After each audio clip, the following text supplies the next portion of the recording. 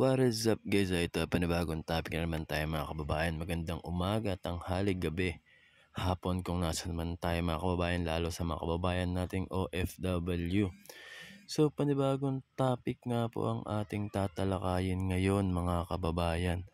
Regarding nga po ito, dito nga po sa pagkondena sa post ng dating Pangulong Duterte. Regarding dito nga po sa paghuhuli dito kay Kingdom Jesus Christ, Pastor Apollo Kibuloy. Mga kababayan, itong si Pangulong Duterte kinu-question mga kababayan, itong ginagawa dahil nga daw po parang mali, parang panghaharas daw po ang ginagawa mga kababayan. Pero ito mga kababayan, opinion ko lang.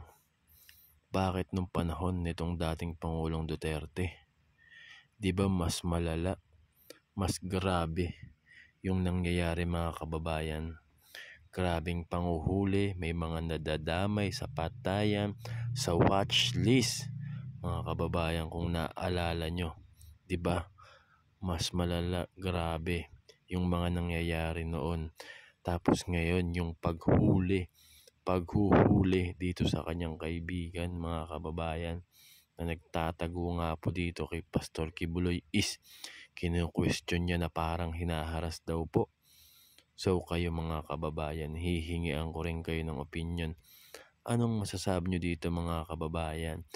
Dito nga po sa post ni dating Pangulong Duterte mga kababayan. Ito babasahin ko lang Statement of former President Rodrigo Duterte, June 10, 2024. I strongly condemn the use of excessive and unnecessary force in serving the warrant of arrest for Pastor Apollo Kibuloy of Kingdom of Jesus Christ by the police officers who are not even from Davao City. This incident occurred within a place of worship and on school premises, which is absolutely unacceptable. So ayun mga kababayan, ito. Tignan nyo po, nirereklamo niya po yung pag-serve ng warrant dahil daw po parang para sa kanya mga ano daw po, parang kumbaga hindi makatarungan yung ginawang pag-serve ng warrant, parang agresibo, mga ganun-ganun. Pero bakit nung kapanahunan niya mga kababayan, yung mga nasa watchlist, grabe naman po, di ba? Talagang patayan. Tapos pag-serve ng warrant po is inireklamo niya, ikinukundi na niya mga kababayan.